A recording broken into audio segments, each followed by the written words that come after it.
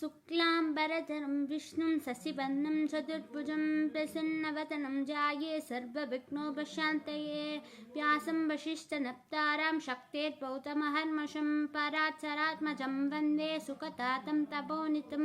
व्यासाय विष्णुरूपाय व्यासरूपाय विष्णवे नमो वै ब्रह्मनिजये वासिष्ठाय नमो नमः अविकाराय शुद्धाय नित्याय परमात्मने सदैकरूपरूपाय विष्णवे सर्वविष्णवे यस्य स्मरणमात्रेण जन्मसंसारबन्धनात् विमुच्यते नमस्तस्मै विष्णवे प्रभविष्णवे ॐ नमो विष्णवे प्रभविष्णवे श्रीवैष्णवाय उवाच शुक्वा धर्मानषष्ठेन पावनानि स सर्वचः युधिष्ठिरशान्तनपं पुनरेवाप्यभाषत युधिष्ठिर उवाच किमेकं वैतदं लोके किं वाप्येकं परायणं स्तुवन्तत्वं कमर्चन्द प्राप्नुयुर्वाणवासुतं गोधर्मः सर्वधर्माणां भवतः परमो मतः किं च तन्मुच्यते जन्तुर्जन्म संसारबन्धना श्रीभीष्मोवाच जगत्प्रभुं देवदेवम् अनन्तं पुरुषोत्तमं स्तुवन्नाम सहस्रेण पुरुषः सततोचितः तमेव चात्मयं नित्यं भक्ता पुरुषमव्ययं ध्यायन् स्तुवन्नमस्यं चेतमानः समेव च अनादिनिधनं विष्णुं सर्वलोकमहेश्वरं लोकातक्ष्यं सुवन्नित्यं सर्वदुःखादिको भवे ब्रह्मण्यं सर्वधर्मण्यं लोकानां कीर्तिवर्धनं लोकनाथं महद्भूतं सर्वभूतभवोद्भवम् एष मे सर्वधर्माणां धर्मोऽतिकटभो मतः यत्पत्या पुण्डरीकाचं स वै नत्सै नरः सदा परमं यो महत्तेज परमं यो महत्तपः परमं यो महत्तम परमम्यपरायणं पवित्राणां पवित्रं यो मङ्गलानां च मङ्गलं दैवतं देवतानां च भूतानां योगयक्पिता भूतानि भवन्यान्युगागमे यस्मिन् सत्प्रणयन्यान्ति पुनरेव युधश्चये तस्य लोकप्रधानस्य जगन्नाथस्य भूपते विष्णो नाम सहस्रं मे शृणु पापभयापहं यानि नामानि गौणानि विद्यातानि महात्मनः ऋषिभिः परिगीतानि तानि वक्ष्यामि भूतये ऋषीणां सहस्रस्य वेदव्यासो महामुनिः छन्दोनिष्टुप्तधा देवो भगवान् देवकीसुतः अमृतां सुद्भवो बीजं शक्तिर्देवकीनन्दनः रसामाहृदयं तस्य शान्तिर्देवि नियुज्यते विष्णुं जिष्णुं महाविष्णुं प्रभविष्णुं महेश्वरम् अनेकरूपदैन्त्यान्तं नमामि पुरुषोत्तमम् अस्य श्रीविष्णुदिव्यसहस्रनामस्तोत्रमहामन्त्रस्य श्रीवेदव्यासो भगवान् ऋषिः अनुष्ठुप्छन्दः श्रीमहाविष्णु परमात्मा श्रीमन्नारायणो देवता अमृतां सुद्भवो भानुरिति बीजं देवकीनन्दन षष्ठेति शक्तिः उद्भवः शोभनो देवेति परमो मन्त्रः सङ्गप्रिन्नन्दकी चक्रीति कीलकं साङ्गतन्वाकदाधर इत्यस्त्रं रदाङ्गपाणिरक्ष्योभित्रिदिनेत्रं त्रिसामासामः सामेति कवसम् आनन्दं परब्रह्मेति योनिः ऋतुस्रशनकाल इति तिक्पन्दः श्रीविश्वरूप इति ध्यानं श्रीमहाविष्णुप्रीत्यर्थे सहस्रनामजपे विनियोगः ज्ञानं श्रीयोधन्वप्रदेशे सुसिमनिविलसैक्यते मौक्तिकानां मालाक्लिप्तासनस्तस्फटिकमणिनिपैर्मौक्तिकैर्मण्डिताङ्गः सुप्रैरप्रैरदप्रैरुपरि विरसितैर्मुक्तपीयूषवर्षैः आनन्दीन पुनीयातरिनलिलकथासङ्गपाणिर्मुहुन्दः भूपादव्यस्य नाभिर्वियतसुरनिलच्छन्द्रसूर्योच्छनेत्रे कर्णावाचा शिरौत्यर्मुखमहितहनो यस्य वास्ते मफ्तिः अन्धस्तं यस्य विश्वं सुरनरकको भोगि गन्धर्वतैतैः विश्रं रं रम्यतेत्रं त्रिभुवनवेशं विष्णुमीशं नमामि ॐ नमो भगवते वासुदेवाय शान्ताकारं भुजगशयनं पद्मनाभं सुरेशं विश्वाधारं गगनसदृशं मेघवर्णं शुभाङ्गं लक्ष्मीकान्तं कमलनयनं योगिविद्यानगम्यं वन्दे विष्णुभवभयहरं सर्वलोकैकनाथं मेघश्यामं पीतकौसेयवासं श्रीवत्साङ्गं कौस्तुभोद्भासिताङ्गं पुण्योपेदं पुण्डरीकायकाक्षं विष्णुं वन्दे सर्वलोकैकनाथं नमस्तमस्तभूतानामादिभूताय भूपृते अनेकरूपरूपाय विष्णवे प्रभविष्णवे ससङ्गचक्रं सकरीटकुण्डलं सपीतवस्त्रं सरसीरुहेशनं सहारवस्तस्थलस्थोऽपि कौस्तुभं नमामि विष्णुं शिरसा चतुर्भुजं छायायां पारिजातस्य हेमसिंहासनोपति आसीनमम्बुदश्याममायताक्षमलङ्कृतं चन्द्राननं चतुर्बाहुं श्रीवत्साङ्गितवक्षतं रुक्मिणी सत्यभामाभ्यां सहितं कृष्णवाचये ॐ विश्वस्वै नमः। विश्वं विष्णुर्वषट्कारो भूतभव्यभवत्प्रभुः भूतकृद्भूतभृद्भावो भूतात्मा भूतभावनः भूतात्मा परमात्मा च मुक्तानां परमागतिः अव्ययपुरुषसाक्षी क्षेत्रज्ञोचर एव च योगो योगविधान्येता प्रधानपुरुषेश्वरः नारसिंहो पुष्टिमान् केशवः पुरुषोत्तमः सर्वशिवस्थाणुर्भूतानि तीर्णव्यः सम्भवो भावनो वक्ता प्रभवः प्रभुरीश्वरः स्वयंभुरादित्य पुष्कराक्षो महामनः अनादिनिधनो दादा विदादा दुरुत्तमः अप्रमेयो ऋषिकेश पद्मनाभो मरप्रभुः विश्वकर्मा मनुष्यष्टा सविष्टस्य विरो ध्रुवः अक्राय शाश्वतकृष्णो रोहिता च प्रदद्दनः प्रभूतस्त्रिककृतान पवित्रं मङ्गलं परम् ईशानप्राणदप्राणो ज्येष्ठश्रेष्ठ प्रजापतिः हिरण्यगर्भो भूगर्भो माधवो मधुसूदनः ईश्वरो विक्रमी धर्मी मेधावी विक्रमक्रमः अनुत्तमो दुरादस्य कृतज्ञकृतिरात्मवान् सुरेशशरणं सर्वविश्वरेता प्रजापवः अहः संवत्सरो व्यालप्रत्ययः सर्वदक्षिणः अजः सर्वेश्वरः सिद्धसिद्धिः सर्वादिरक्षिणः ऋषाकपिलमेयात्मा सर्वयोगविनिश्रुतः वसुर्वसुमना सत्य समात्मा संविदः समः अमोघपुण्डरीकाचो विश्वकर्मा वृषात्रिः रुद्रो बहिश्राबभ्रुर्विश्वयोनिसुशिस्रवा अमृतशाश्वतस्थाणुर्वरारोह महातपः सर्वविद्वानुर्विश्वक्षेणो जनार्दनः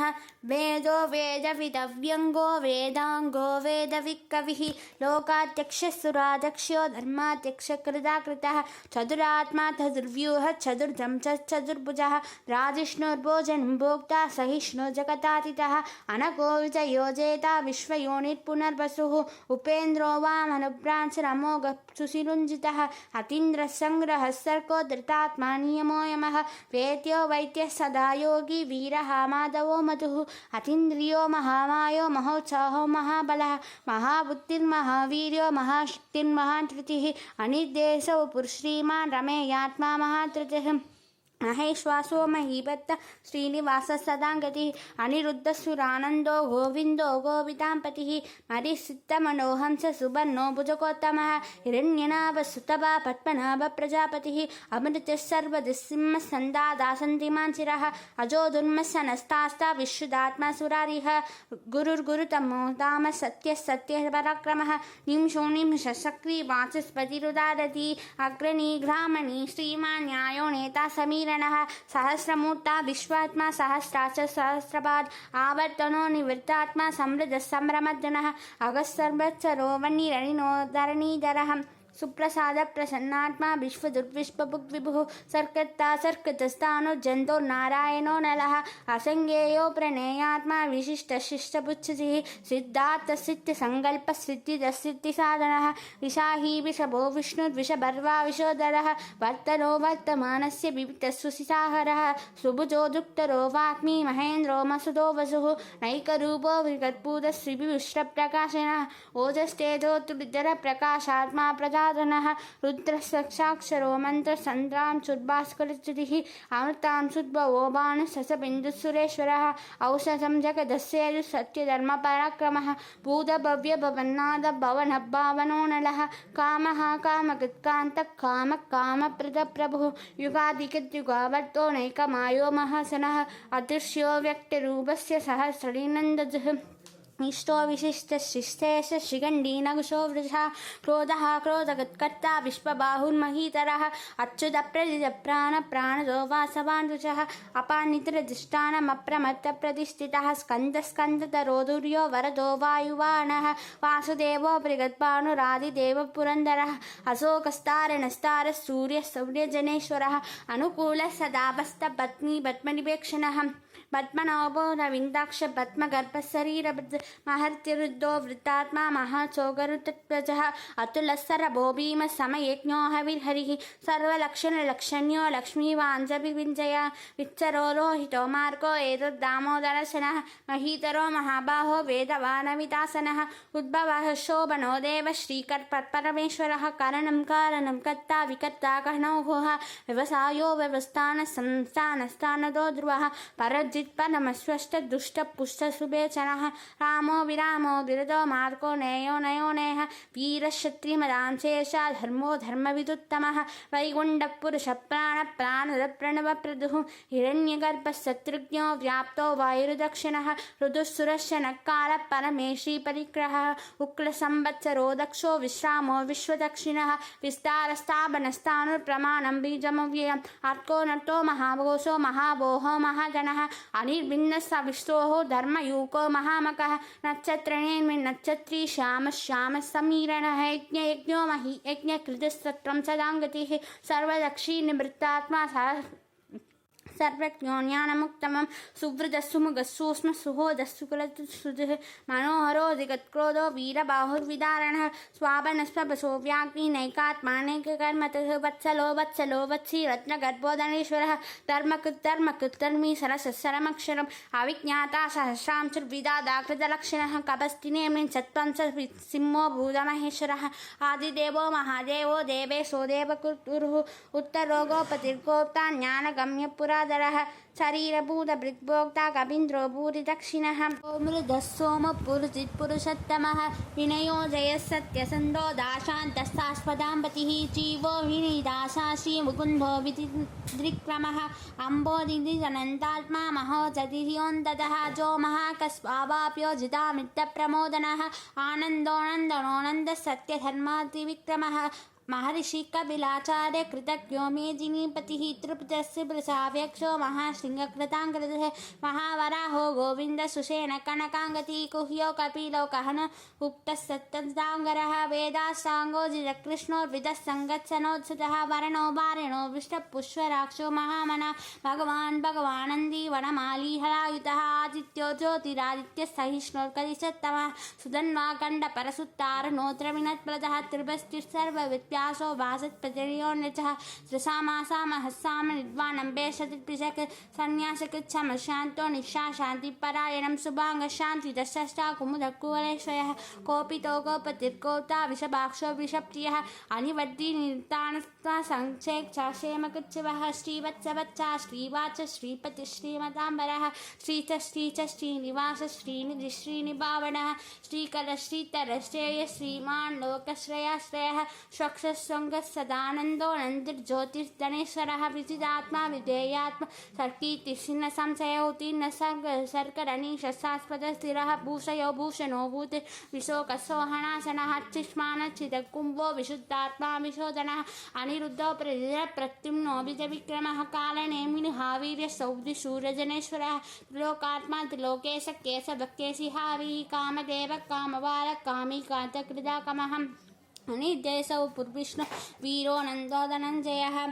ब्रह्मण्यो ब्रह्मकृत् ब्रह्मा ब्रह्मविवर्धनः ब्रह्मविद्ब्राह्मणो ब्रह्मी ब्रह्मज्ञो ब्राह्मणप्रियः महाकर्मो महाकत्मो महातेजो महोरकः महाकर्तर्यः महायज्ञो महायज्ञो महाहविः श्रव्यस्तव प्रियस्तोत्रं सुधिस्तोदारणप्रियः पूर्णपूर्णइदा पुण्यकीर्तिरनन्मयः मनोजवस्ति ततरो वसुरेदा वसुप्रदः वसुप्रदो वासुदेवो वसुर्वसुमना हविः सर्कतिस्सत्ता सत्पूदिस्सर्परायणः शूरसेनो यजुष्टेश्च सन्धिवाससूयामुनः भूतावासो वासुदेवः सर्वासु लीनो नलः दर्पः दर्पतो दुप्तो दुप्तरोधा पराजितः विश्वमूर्तिर्महामूर्तिर्दीप्तमूर्तिरमूर्तिमान् अनेकमूर्तिरव्यच्च सदमूर्तिः सदादनः एकोनैकः सदत्पत्तिं यत्तत्पदमनुत्तरं लोकबन्धुर्लोकनाथो माधवो भक्तवत्सलः सुवर्णवर्णो हेमांगो वरागशन्दनाङ्गति वीरः वृषमशून्यो कृतासी सरत्सनस्थलः अमानी मानदो मान्यो लोकस्वामित्रकृतः सुमेधामेततो धन्यः सत्यमेधाधराधरः तेजो विशोधृतिधरः सर्वशक्तिजाम्बरः प्रग्रहो निग्रहो विक्रो नैकशृङ्गो कदाधरः चतुर्मूर्ति चतुर्बाहुः चतुर्व्यूहः चतुर्गतिः चतुरात्मा चतुर्बाहुः चतुर्वेदविदेकवाद सामावत्तो निबद्धात्मा दुर्जयो दुर्वतिक्रमः दुर्लभो दुर्कभो दुर्को दुराभासो दुरार्यः सुभाङ्गो लोकसारङ्गः सुदन्तु सन्तु वत्रणः इन्द्रकर्मा महाकर्मा कृतकर्मा कृतकमः उद्भव सुन्दर सुन्दो रत्ननाभ सुलोचनः को वाच जलशृङ्गी जयन्ती सर्वविजयी सुवर्णबिन्दुरक्षोभः सर्ववाकीश्वरेश्वरः महाकृतो महाकर्तो महाभूतो महानिधिः कुमुदकुन्दरकुन्दप्रजन्यपावनो नलः अमृतांशो तव भुक् सर्वज्ञः सर्वतोमुखः सुलभः सुहृदः सिद्धः शत्रुधावनः नेक्रोधो तुम्बरो स्वत्तः साणूराञ्चनिषूदनः सहस्राक्षि सप्तदीप्तः सप्तैता सप्तवाहनः अमूर्तिरणकोशिन्यो भयगद्भयनाशनः अणुत्रिककृशूल्यो गुणबिन्दुर्गुणो महान् अतुतस्पदसप्राप्य प्राप्यं चोवं च वर्धनः पारचित्पतितो योगी योगीशः सर्वकामकः आश्रमशमनः श्यामः सुवर्णो वायुवाहनः धनुर्धरो धनुर्वेदो दण्डो शमैदादमः अपराजितः सर्वसुगो नियन्ता नियमो यमः सत्त्ववान् सात्विकः सत्यः सत्यधर्मपरायणः अभिप्रायप्रिया योगप्रियगतिवर्धनः विहाय सकतिर्ज्योतिर्सुरजिद्बुधभुक्विभुः रविर्विरोचनस्थूले सवितारविरोचनः अनन्तोदभुक्भोक्ता सुतपो नैकतोऽम्रजः अनिर्विण्णः सदामश्रीलोकातिस्थानमद्भुतः सनातनमदभः कपिलः कपिलव्ययः स्वस्तिः स्वस्तिभुक् स्वस्ति स्वस्तिभुक् स्वस्ति दक्षिणः अरुद्रपुण्डरीचक्री विक्रम न्यूजितशासनः सप्तातितः सप्तसः शिशिरः सर्वरीकृकः अक्रूरप्येसरो दक्षो दक्षिणाक्षमिनाम्बरः वित्पत्तमो वीरभयपुण्यश्रवणकीर्तनः उत्तारणो दुष्कृतिमान् पुण्यो दुष्प्रणाशनः वीरः रक्षणः सन्नो जीवनपर्यवसितः अनन्तरूपो नन्दश्रीजितमन्योर्पयापहः चतुरश्लोकवीरात्मा विदिशो व्यादिशो विशः अनादिर्भूर्भुवो लक्ष्मी सुवीरो ऋषिराङ्गरः जननो जनजन्मादिर्भीमो भीमपराक्रमः आधारनिलयो दादा पुष्पहास प्रजाकरः ऊर्ध्वस्वस्तरुस्तार प्राणदप्रणवप्रणः प्रमाणं प्राणनिलय प्राणजित् प्राणजीवनः तत्त्वं तत्त्वविधेयात्मा जन्मदुर्जन्मपुत्रुभुः पूर्भुवस्पस्तरुस्तार सवितारविरोचनः यज्ञो यज्ञपतिर्यज्ञा यज्ञाङ्गो यज्ञवाणः यज्ञपुक्यज्ञपुक्यग्नि यज्ञपुक्यज्ञसाधनः यज्ञान्तकुज्ञकुह्यमण्डमण्डादयेव च आत्मयोनि स्वयं जातो वैकानः सामकायिनः देवकीनन्दनः षष्ठाशीतिशपावनासनः सङ्गप्रिनन्दकी सक्री साङ्गतन्नागदानः रदाङ्गपाणिरक्ष्योप्यः सर्वप्रणायितः सर्वप्रणायित ॐ नम इति वनमाली कलीसाङ्गी शङ्की शक्कीशनङ्गति श्रीमान्नारायणो विष्णुर्वासुदेवोऽभिरक्षतु वनमाली कलीसाङ्गी शङ्की शक्कीशनङ्गति श्रीमान्नारायणो विष्णुर्वासुदेवोऽभिरक्षतु वनमाली कलीसाङ्गी शङ्की चक्कीशनङ्गति श्रीमान्नारायणो विष्णुर्वासुदेवोऽभिरक्षतु इति तं कीर्तनीयस्य केशवस्य महात्मनः नाम्नां सहस्रं दिव्यानाम् अशेषेण प्रकीर्तितं एगितं शृणुया नित्यं यच्चापि परिकीर्तयेत् नाशुभं प्राप्नुयात् किंच सोमुथेव च मानवः वेदान्तको ब्राह्मणस्य सत्प्रियो विजयी भवेत् वैश्योधनसंवृत्ति सूत्रसुगमवाट्न्यात् धर्माति प्राप्नुयात् धर्ममर्थार्थी चापवाट्न्यात् कामानवाप्नुयात् कामी प्रजाति चाप्नुयात् प्रजात् भक्तिमान् यस्य तोदारसुधिसहस्रमानवः सहस्रं वासुदेवस्य नाम्ना मे प्रकीर्तये यतः प्राप्नोति विपुलं यादि ब्रावाणि एव च अचलं श्रियमाप्नोति श्रेयः प्राप्नोत्यनुत्तमं न भयं कवि चाप्नोति वीर्यं तेजस्य विन्दति भवन्त्यरोगो तुतिमान् बलरूपगुणान्वितः रोगातो मुच्यते रोगाबद्धो मुच्येत बन्धनात् भयान्मुच्येत पीडस्तु मुच्येतापन्नः पतः दुर्गान् यदुर्यासु पुरुषः पुरुषोत्तमं सुवन्नाम सहस्रेण नित्यं भक्तिसमन्वितः वासुदेवात्मको मच्चो वासुदेवपरायणः सर्वभागविशुद्धात्मा यादिब्रह्मसनातनं न वासुदेव भक्तानामश्रुतं मिथ्यते पचः जन्मबुद्धिजराव्याधिभयं नैकोपजायते इमं श्रवमदीयानः शक्ता भक्तिसमन्वितः युज्येतात्मसुखशान्तिः श्रीकृतिस्मृतिकीर्तिभिः न क्रोधो न समांसल्यं न लोभो न शुभामतिः भवन्तिर्गपुण्यानां भक्तानां पुरुषोत्तमे द्यौसचन्द्रात्सनक्षत्राकंसोपूर्णो वासुदेव विशदानि महात्मनः ससुरासुरगन्धर्वं सयक्षोरचनासदं जगद्वसे वत्सदेवं कृष्णस्य सरलाक्षरम् इन्द्रियाणि मनोबुद्धिः सत्त्वं तेजोबलं श्रुतिः वासुदेवात्मकान्याहुं क्षेत्रं क्षेत्रज्ञ एव च सर्वाकमानामाचारप्रथमं परिकल्पते आचारप्रभवो धर्मो धर्मस्य प्रभुरच्युतः ऋषयप्रदयो देवा महाभूतानि दागमः जङ्गमाजङ्गमं जेगं जगन्नारायणोद्भवं योगो ज्ञानं कदा साङ्ग्यं नित्या शिल्पादिकल्पते वेदास्तास्तानि विज्ञाने एकः सर्वं जनार्दनात् एको विष्णुर्महद्भूतं बृहद्भूतानि एव च त्रिलोकां यात्यभूतान् तान् भूते विष्णुभव्येः इमं स्तवं भगवतो विष्णो व्यासेन कीर्तितं पठेत्तर्थे पुरुषश्रेयः प्राप्नोति सुखानि च विश्वेश्वरमजं देवं जगदप्रभुव्यं भजन्ति ये पुष्कराक्षो न ते यान्ति पराभवं न ते यान्ति पराभवो ॐ नमः इति अर्जुन उवाच पद्मविशाला च पट्पनाभसुलोत्तमा भक्तानामनुरक्तानां जादा भवजनार्दन श्रीभगवानुवाच यो मां नाम सहस्रेण स्तोतुमिच्छति पाण्डवः सोमकेहेन सोहेन श्रुतयेव न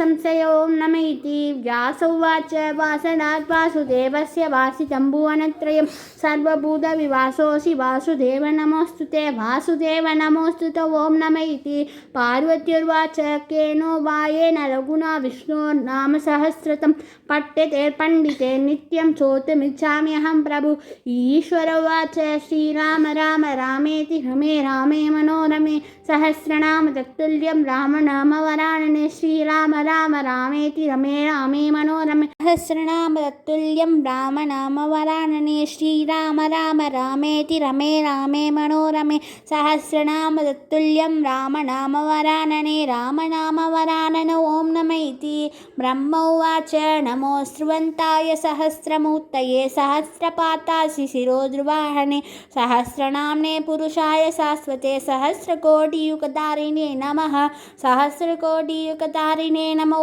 ॐ नमः इति संजय उवाच यत्र योगेश्वरः कृष्णोर्यत्र भरतो धनुत्तरः तत्र श्रीविजयो भूतिर्ध्रुवाणि मम श्रीभगवानुवाच अनन्याचिन्तयज्ञो मान्यैगणां पर्यवासते तेषा विद्याभियुक्तानां योगक्षेमं महाम्यहं परित्राणाय साधूनां विनाशाय चतुर्भुजं धर्मसंस्थापनार्थाय सम्भवामि युगे युगे आत्ता विषण्णाशिशिरास्कपीता कोरेष्वत्यातिषुकर्तमाना संकीर्त्य नारायण सप्तमान्त्रं विमुक्तयुक्ता सुशिरो भवन्तु कायेन वाचा मनसेन्द्रिये वा भुक्त्यात्मना वा प्रत्यस्वभाव्या करोमि यत्ते सकलं परस्मै नारायणायेति समर्पयामि।